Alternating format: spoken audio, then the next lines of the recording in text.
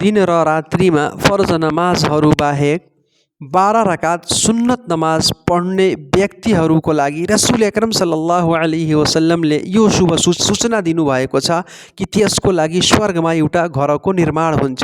जस्तो कि रसूल अकरम सल्लल्लाहु अलैहि वसल्लमको प्रिय पत्नी उम्मे हबीबा रदियल्लाहु ताला अन्हाले भन्नुहुन्छ कि मैले रसूल अकरम सल्लल्लाहु अलैहि वसल्लमलाई यो भन्दै सुनेको छु कि मा मिन अबदिन मुस्लिमिन युसल्ली लिल्लाहि कुल्ल यौमिन 12 रकाअतन ततव्वुअन गैर अल फरीदा इल्ला बनल्लाहु लहु बैतन फिल जन्नह औ इल्ला बुनिया लहु बैतुन फिल जन्नह। अर्थात् जुनसुकै व्यक्ति प्रत्येक दिन फर्ज नमाजहरू बाहेक दिन र रात्रिमा प्रत्येक दिन 12 रकात नफिल अर्थात् सुन्नत नमाज पढ्दछ भने अल्लाह तालाले त्यसको लागि स्वर्गमा एउटा घरको निर्माण गर्नुहुन्छ वा त्यसको लागि स्वर्गमा एउटा घर बनाइन्छ। सही मुस्लिम हदिस नम्बर 1696। यो 12 रकात सुन्नत, यसलाई सुन्नते मुअक्कदा पनि भनिन्छ। यो कुन हुन्?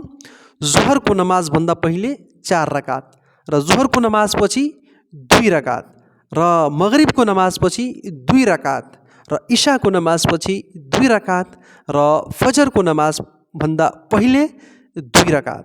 हामीले यो सुन्नत प्रत्येक दिन पढ्ने प्रयास गर्नुपर्छ।